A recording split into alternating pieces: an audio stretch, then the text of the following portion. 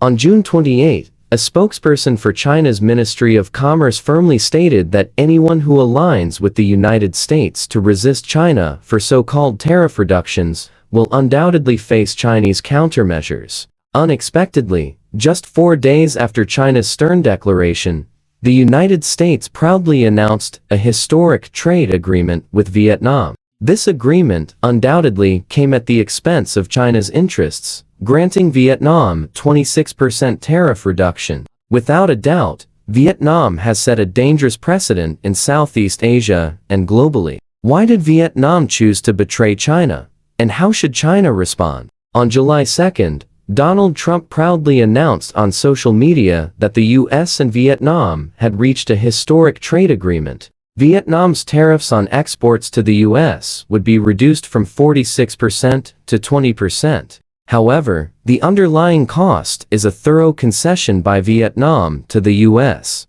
Besides American goods like agricultural products, automobiles, and aircraft entering Vietnam with zero tariffs, Vietnam also needs to establish a Chinese transshipment monitoring system and allow US officials to inspect production lines. Vietnam's per capita GDP is less than a 20th of the US's. This unilateral opening with zero tariffs for imports and a 20% export tariff will severely impact its labor-intensive industries. Vietnam unilaterally opened to zero tariffs for the US because it believed that, given its economic development level, American goods would not be price competitive in the Vietnamese market. However, if the US purchases low-price goods from China or other countries, labels them as American, and then sells them to Vietnam, Vietnam might suffer losses from the zero tariffs. Furthermore, the 40% transshipment tariff in the agreement directly targets Chinese supply chains.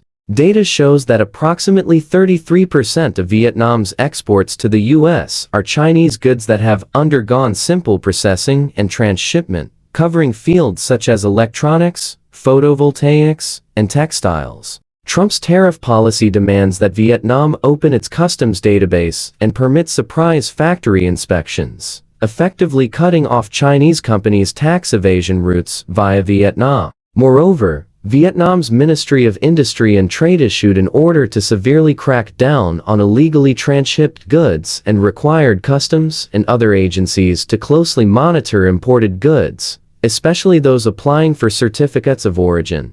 This has left enterprise owners who relied on the Made in Vietnam label in despair. According to industry insiders, taking Gore-Tex as an example, 30% of the cost of its Apple headphones produced on Vietnamese production lines has surged by 20%. Capital markets have reacted swiftly and brutally, with share prices also being affected. Luxair Precision, which has significant assets invested in its Vietnam to US export business, now faces a blocked path and can only urgently explore solutions involving Mexico. The situation for photovoltaic giant Jinko Solar is even worse. Its Vietnamese modules are already burdened with the 120% US anti-subsidy tariff, and with the additional 40% tariff, their selling price in the North American market will be 3 times that of local products, making them uncompetitive. This severely squeezes the survival space for small and medium-sized enterprises. In the home appliance industry, 70% of export products rely on transshipment through Vietnam and now face a dilemma. Small and medium-sized enterprises are struggling on the brink of survival, with only 2 difficult options: endure the 40% tariff and await their fate, or risk rebuilding supply chains. From Vietnam's perspective, the US pressured them to reduce their reliance on China's industrial and supply chains. As a small country highly dependent on the American market, Vietnam's choice might seem understandable. However, their subsequent actions have been somewhat pushing their luck, genuinely infringing on China's rights. Just 5 days after the US-Vietnam agreement was finalized, Vietnam again announced an anti-dumping duty of 27.83% for 5 years on certain hot-rolled coil steel products from China. This move indicates that Vietnam is not only leaning towards the US, but can even be described as defecting at a critical moment. Vietnam's imposition of anti-dumping duties on Chinese steel presents significant economic contradictions. Vietnam has long been China's largest overseas buyer of steel. In 2024, China exported as much as 12.738 million tons of steel to Vietnam, accounting for 11.5% of China's total steel exports, making it far more important than other markets. This steel is a crucial raw material, the blood, supporting Vietnam's manufacturing industry, especially its export processing sector. However, this critical lifeline is now being gradually tightened by Vietnam itself. Data provided by Ji Xin, Deputy Director of the Lang Steel Research Center, reveals a drastic change. In the first 5 months of 2025, China's steel exports to Vietnam decreased by 25.9% year-on-year. This stands in stark contrast to the astonishing 83.9% increase during the same period in 2024. If the 40% transshipment tariff in the U.S.-Vietnam agreement was an unavoidable consequence of U.S. pressure on Vietnam, then this latest tariff increase on China is an independent and proactive move by Vietnam. This has truly altered the nature of the situation, indicating Vietnam's pushing their luck attitude. However, the Hanoi authorities may have underestimated China. China has repeatedly warned that it will firmly retaliate against any deals made at the expense of Chinese interests. Just hours after the U.S.-Vietnam agreement was announced, He Yongqian, a spokesperson for China's Ministry of Commerce, stated in response to inquiries that China had noted the relevant situation and was evaluating it. Considering Vietnam's economic structure, Vietnam's industrial electricity supply heavily relies on China. Raw materials for its textile and steel industries, as well as rare earth permanent magnets, are also heavily dependent on China. 60% of Vietnam's electronic components and 80% of its plastic raw materials come from China. Furthermore, China's direct investment accounts for up to 18% of all foreign investment in Vietnam. China can retaliate against Vietnam by adjusting electricity supply, raw material exports, investment, and electronic component supply. China controls 80% of the world's rare earth processing capacity. Vietnam's electronic products, semiconductors, drones, motors, and high-performance magnets essential for missile guidance systems all rely on this resource. Without rare earths, a series of Vietnamese industries, including electronics, automobiles, and semiconductors, would face the risk of shutdowns and production halts. Currently, Vietnam's exports to the U.S. account for 30% of its total exports, but it relies on China for 60% of its electronic components and 80% of its plastic raw materials. If China-Vietnam trade relations are damaged, Vietnam's manufacturing industry will face a supply chain disruption crisis. Secondly, in 2024, bilateral goods trade with China reached $205.2 billion.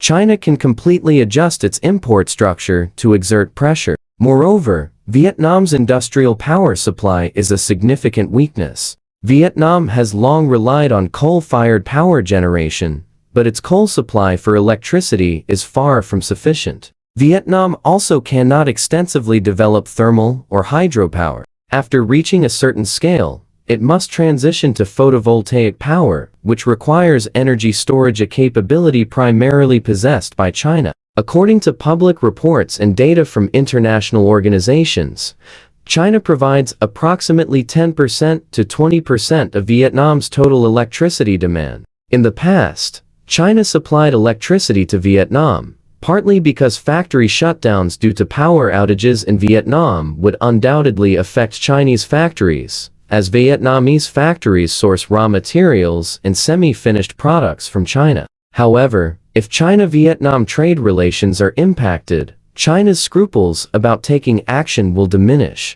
In 2023, Vietnam's manufacturing sector avoided factory shutdowns and decline because China resumed electricity supply, demonstrating its far greater dependence on cross-border electricity than anticipated. If China cuts off electricity supply, Vietnam's northern industrial zones will halt, and foreign investment will accelerate its withdrawal. Vietnam will not only fail to achieve its world factory ambition, but also risk a systemic collapse of its existing industrial system. The promises of the US-Vietnam agreement are like a castle in the air. Vietnam's value lies in its position as a downstream and extension of China's manufacturing supply chain. As a transit point for US-China transshipment trade, its industrial support, electricity, technical raw materials, and other needs are all supplied by the Chinese market.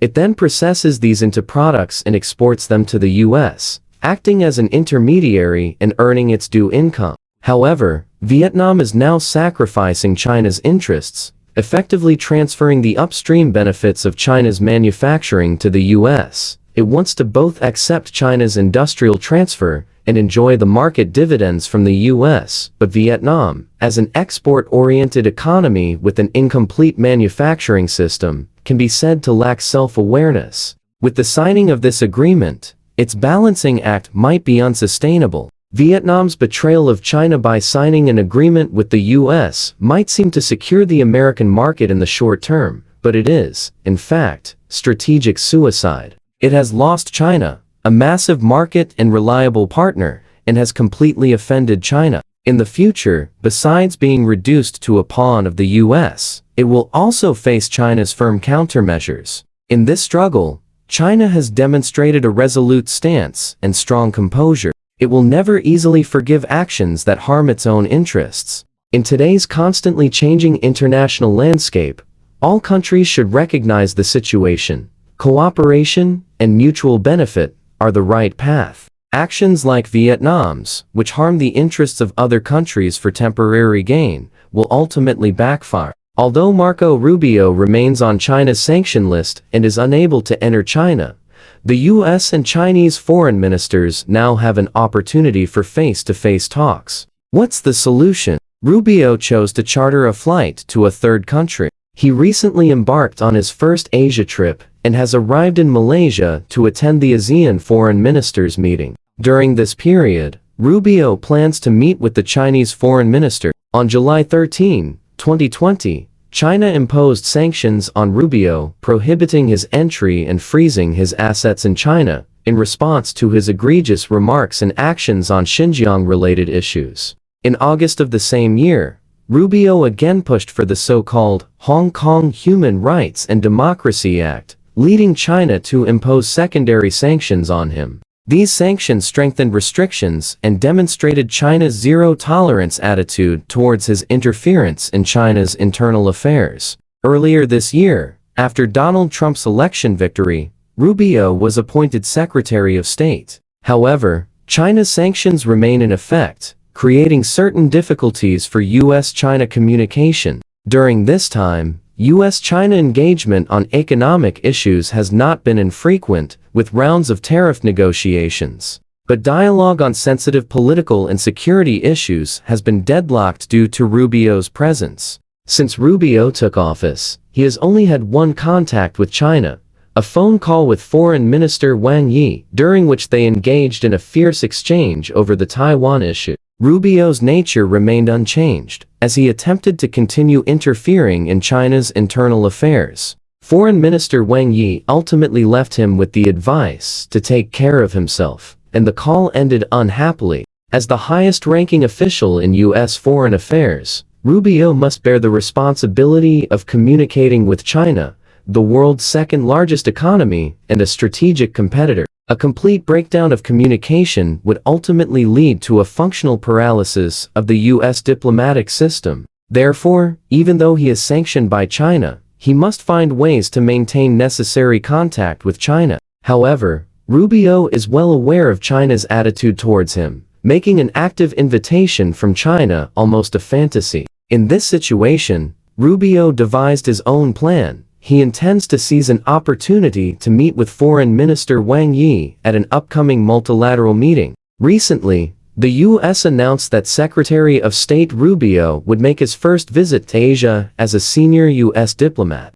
He will first visit Japan and South Korea, then attend the ASEAN Foreign Ministers meeting in Malaysia. We know that after Trump took office, he emphasized an America First policy, leading to a decrease in U.S. participation in multilateral organizations. The reason for attending this event now is twofold. First, participation in regional activities aligns with U.S. interests, so the U.S. wants to show its sincerity to ASEAN countries. Second, the true intention lies elsewhere, attempting to establish contact with China through this meeting. The U.S. states that although it is not an ASEAN member, China, as ASEAN's largest trading partner, sends its foreign minister to the meeting almost every year. This creates an opportunity for Rubio, who is also attending. It is hoped that Rubio will have a chance to meet with Foreign Minister Wang Yi. Rubio's motives and the stakes of the meeting. For Rubio, there are four main motivations for meeting with China: to implement the consensus of the heads of state, in a phone call between the Chinese and U.S. heads of state in January, a consensus on mutual respect, peaceful coexistence, and win-win co-op. As Secretary of State, Rubio needs to implement this top-level design. This top-down political pressure forces him to demonstrate his execution capabilities through a meeting, avoiding being perceived by Trump as a policy bottleneck. To manage strategic misjudgments, the various policies promoted by Rubio have intensified friction between China and the U.S. in sensitive areas such as the South China Sea and the Taiwan Strait. Without direct communication, both sides could fall into a security dilemma due to information asymmetry. Therefore, strengthening communication is also about managing risks. Furthermore, the U.S. economy's dependence on the Chinese market is something Rubio cannot ignore. After the Geneva talks in May, China suspended some non-tariff measures targeting U.S. entities for 90 days. This economic reality compels him to find a balance between confrontation and cooperation. To address economic realities, the U.S. economy's dependence on the Chinese market is a factor Rubio cannot ignore. After the Geneva talks in May, China suspended some non-tariff measures targeting U.S. entities for 90 days. This economic reality compels him to find a balance between confrontation and cooperation to ensure U.S. credibility with allies. Finally, China has become an important force in the international landscape. Even U.S. allies need to consider managing their relations with China. Therefore, if the U.S. is completely unable to communicate with China, it will cause its allies to doubt the strategic credibility of the U.S. As for the topics likely to be discussed during the meeting, they are not difficult to guess. First is the Taiwan issue. In his previous call with Rubio, Foreign Minister Wang Yi had already emphasized that the Taiwan issue is China's insurmountable red line, the core contradiction in U.S.-China relations, and a major area of concern regarding Rubio's rhetoric and actions on China. In this meeting, Rubio's stance on this issue will directly determine the frequency and channels of future U.S.-China communication. Second are U.S.-China economic and trade issues and technological competition. China may demand that the U.S. cancel additional tariffs on China, stop politicizing economic issues, and restore normal technological exchanges. Rubio, in turn, may demand that China stop countermeasures such as rare earth export restrictions. Additionally, both sides may discuss cooperation in the semiconductor industry chain and diversification of critical mineral supply chains, seeking new models of competition and cooperation. Finally, regional security and multilateral cooperation. Issues such as the South China Sea and the Korean Peninsula nuclear issue may be included in the discussions. China will emphasize respect for the sovereignty and territorial integrity of all countries and oppose external interference in regional affairs. Furthermore, both sides may exchange views on global issues such as climate change and public health. These topics may serve as lubricants between China and the U.S., easing bilateral tensions. Rubio's Asia trip also has another purpose: to rally these countries to contain China, just like previous U.S. Secretaries of State. However, Rubio was already at a disadvantage from the start. Why? This is related to Trump's recent actions. As the U.S.'s reciprocal tariff exemptions were about to expire, Trump announced new measures. First, he extended the deadline to August 1st. Second, he sent letters to 14 countries, explicitly naming them, to increase pressure on tariff issues. Among the 14 countries that received letters, 6 are ASEAN member states: Laos, Malaysia, Myanmar, Indonesia, Cambodia, and Thailand. Malaysia faces the lowest tariff among them, but it is still 25%. Tariffs on Laos and Myanmar are as high as 40%, Indonesia 32%, and Cambodia and Thailand both 36%. The countries named by Trump are all rapidly developing, and trade with the US is very important to them. For this reason, the destructive power of Trump's tariffs is evident. Undoubtedly, upon receiving Trump's letters, none of these countries were happy. Their annoyance and anger at the US's actions are understandable. This is when Rubio arrived. From a broader strategic perspective, the US has been heavily preoccupied with the Middle East conflict for some time, slowing down its activities in the Indo-Pacific. This is seemingly not what Trump wants to see. Therefore, recently, the US has been trying to refocus its efforts here. The ongoing Quad security dialogue in Washington and Rubio's participation in the ASEAN series of meetings are manifestations of this. Specifically, for Rubio's trip, he carries a mission. According to the US briefing, Rubio will emphasize the advantages of cooperation between ASEAN countries and the US and reaffirm the US's commitment to building a free, open, and secure Indo-Pacific region. Normally, such platitudes would simply be accepted, especially as it's Rubio's first visit to ASEAN since taking office, and ASEAN countries would likely show some deference. However, the problem is that Trump has just grandiosely wielded the tariff stick against 6 ASEAN countries, making the US's statements somewhat ironic. Can the advantage of cooperating with the US be interpreted as facing high US tariffs? The US talks about freedom and openness while simultaneously building high tariff barriers against other countries. How can other countries trust the US? Considering the US's strength and basic diplomatic etiquette, ASEAN countries are unlikely to use particularly harsh language towards Rubio, who has traveled a long way. However, their dissatisfaction will clearly not simply disappear. Due to its geographical proximity and rapid development in recent years, China has established strong economic and trade ties with ASEAN. The US, on the other hand, has a first-mover advantage and a massive economy. Therefore, for ASEAN countries, exports to the US are generally very important.